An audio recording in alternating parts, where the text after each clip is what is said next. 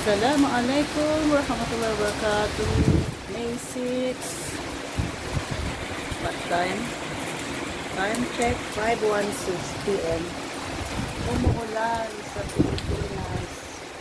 Halos araw-araw po yan. Almost every day. Alhamdulillah. Allah masayiban natin. Kahapon din umuulan. Nakabasa tayo. Just sharing the blessings to everyone.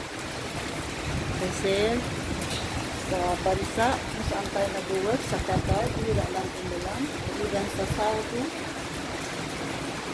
So dito sa Pilipinas, in fact, ngayon ay summer po. So usually in the morning, very hot, not that hot. So may aircon ka or so you should invest sa aircon kasi pag electric fan po hindi halos kaya pagkaligo mo pawis, so even after taking a bath you will sweat due to hot temperature.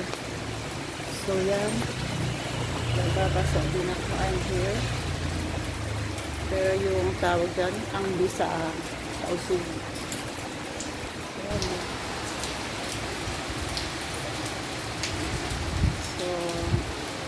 Hindi gaano malakas ang ulan, saglit lang, pero at least ayan, nakakabasa ng kalsada.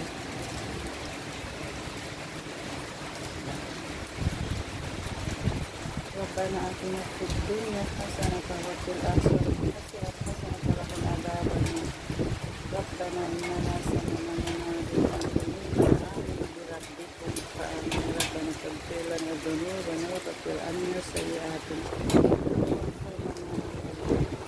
kapanawa atin ang mawa at kang alabos sa kalako yung atin yung atin ang kalako at yung